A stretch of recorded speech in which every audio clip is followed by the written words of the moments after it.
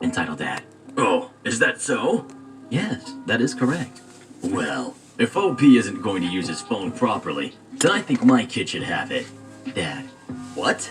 entitled Dad. Yes, you heard me. Entitled Kid has been such a good kid, and he deserves a new phone. I have an iPhone 11 Pro, and he has a Samsung S5, I think. Dad, your kid does not get OP's phone. He paid his own money for that, and I am also paying for the bills that come with it. Entitled Mom comes on phone now. My kid deserves that phone more than your disgusting kid. Me, what did she just call me? Dad, How dare you call OP that?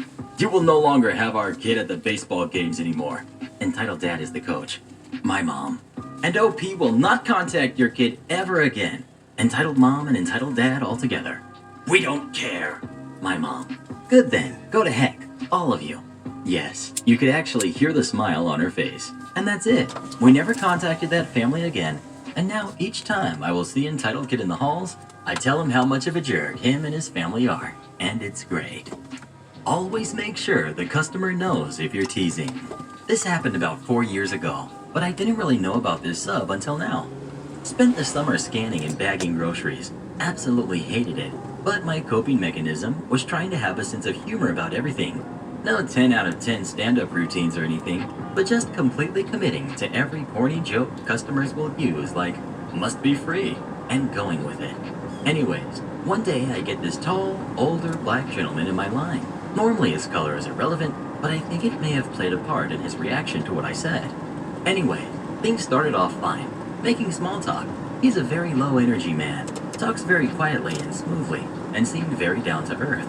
I asked him how he was doing, and he said something along the lines of, oh, you know, surviving, getting by one day at a time. Super friendly, practically to a fault.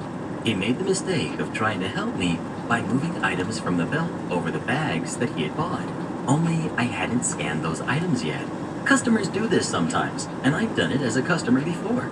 It's a brain fart moment, and as the cashier, I will often chuckle and say, nice try, as they're returning the items back to me. It always gets a laugh from the customer, and life goes on. So the man apologized when he realized what he was doing, and I did the usual, haha, nice try there. And at this point, I was running very much on autopilot. I had my customer service smile on my face while I was punching in buttons on the register. He was talking to me in his same low volume, seemingly relaxed voice, and I wasn't exactly listening, but he was politely nodding along. After a while, it starts feeling like he's talked for a long time without me saying anything. I tune back into what he's talking to me about, and that's when it dawns on me that I've upset him. He was spending the last 30 seconds saying how I had disrespected him by assuming that he's a thief, and how that is not the way you treat a customer if you want to keep your job. And meanwhile, I've been grinning like a sneering jerk the whole time he's saying this to me.